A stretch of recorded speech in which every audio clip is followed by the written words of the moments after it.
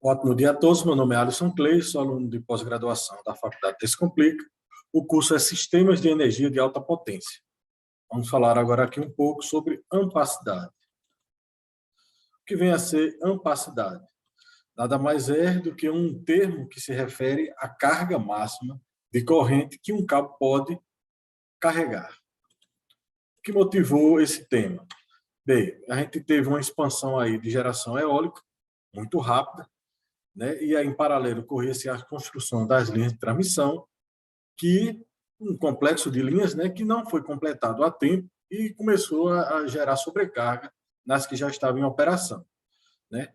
Vem um detalhe que, com a informação, né, da nota técnica da ANEEL, que regulamenta aí capacidades sazonais, de acordo com a temperatura ambiente de cada época, inverno, verão, dia, noite. Então, surgiu uma ideia, né? E que a gente viu que, por mais vento, mais geração, então, se tem mais vento, também teria um resfriamento maior dessas linhas, né? E fomos analisar melhor como se passava isso. Bem, só para entender melhor, com o aquecimento da linha, a gente tem a dilatação da mesma, né? E ela pode romper a distância de segurança com o solo. Isso que a gente tem que evitar, é calculado isso aí, exatamente em cima disso está a ampacidade. Bem, como se calcula essa ampacidade? Quais são os pontos a serem analisados, né? Bem, então nós temos alguns dados que vêm a ser as taxas de ganho de calor, que vêm a ser por efeito Joule, por ferromagnético, né, por radiação solar, também por efeito corona, resfriamento, por convecção, radiação e por evaporação. Esse efeito, alguns desses são insignificantes, né? A gente seleciona os mais importantes aí, efeito de Joule e aquecimento solar, né? E para contrabalançar essa equação, resfriamento por convecção e radiação, vento e temperatura ambiente. Isola-se a corrente e aí determina a corrente máxima que essa linha pode suportar, né? Tem um ajuste aqui, porque a resistência da linha é dada por quilômetros de mais e watts por metro.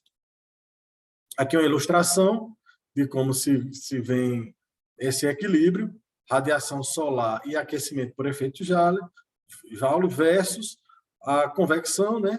E a temperatura e radiação do ambiente. Então, temperatura e vento do ambiente.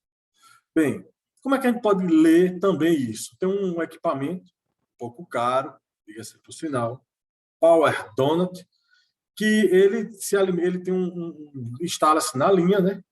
Instala-se na linha e ele alimenta, ele se autoalimenta, mede corrente, tensão, as potências, temperatura do condutor, armazena tudo isso e transmite de forma periódica via rádio, certo? Esse equipamento é desenvolvido para realizar o monitoramento pontual da corrente e temperatura dos cabos, né? E devido ao monopólio de mercado e da característica pontual das medições, a aplicação dessa solução é de forma distribuída em LT implica em elevados custos e, portanto, é desaconselhado. E agora, qual a nova saída?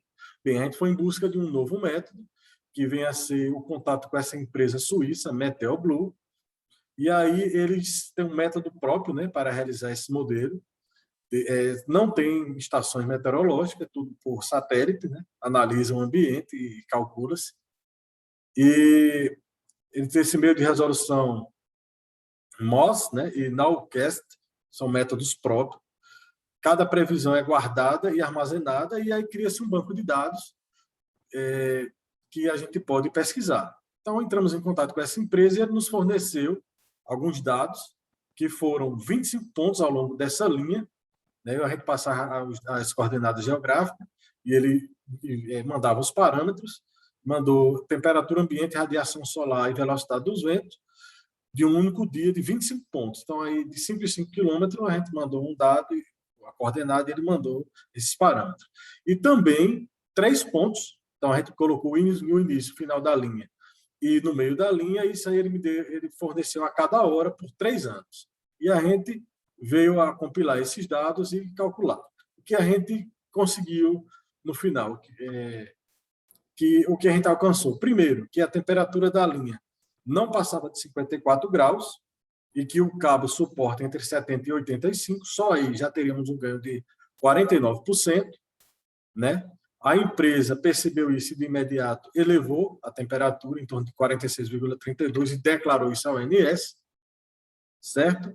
E também, além disso, o que a gente percebeu, que, de acordo com as temperaturas, quando mais geração tinha, porque tinha mais vento e é diretamente relacionado, né, ao resfriamento da linha, a gente verificou durante o dia uma diminuição, uma melhora, né, uma elevação da corrente em torno de 35,38% e durante a noite em torno de 64%, pois também a temperatura e a não incidência de radiação solar melhoraria, né, esse fluxo de corrente.